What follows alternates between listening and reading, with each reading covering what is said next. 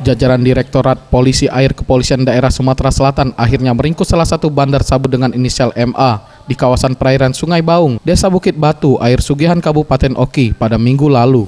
Kasubdit Gakum, Ditpol Air Polda Sumsel AKBP Zahrul dengan didampingi Kasubdit Gakum Ditpol Airut mengatakan, dari hasil penggeledahan terhadap tersangka, penangkapan pelaku ini berdasarkan informasi yang diterima dari masyarakat karena warga sekitar yang resah dengan maraknya peredaran narkoba di kawasan tersebut. Berbekal informasi tersebut, pihaknya langsung turun ke lokasi Sungai Baung, Kabupaten Oki dan langsung mengamankan MA.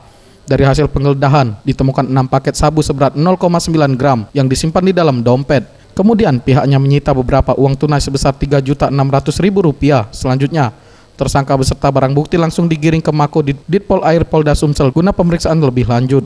Akibatnya, pelaku dijerat dengan pasal 114 dan 112 ayat 1 Undang-Undang RI nomor 35 tahun 2009 tentang narkotika dengan ancaman hukuman paling singkat 5 tahun dan paling lama 20 tahun.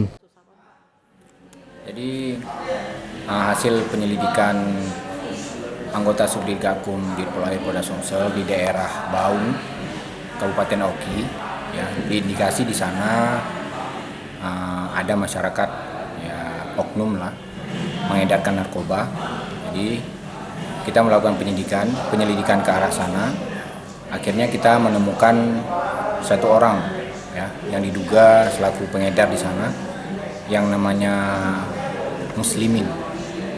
Ya, telah kita lakukan penggeledahan di tempat di desa daerah Baung.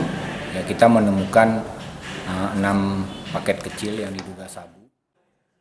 Tim Liputan Sriwijaya TV.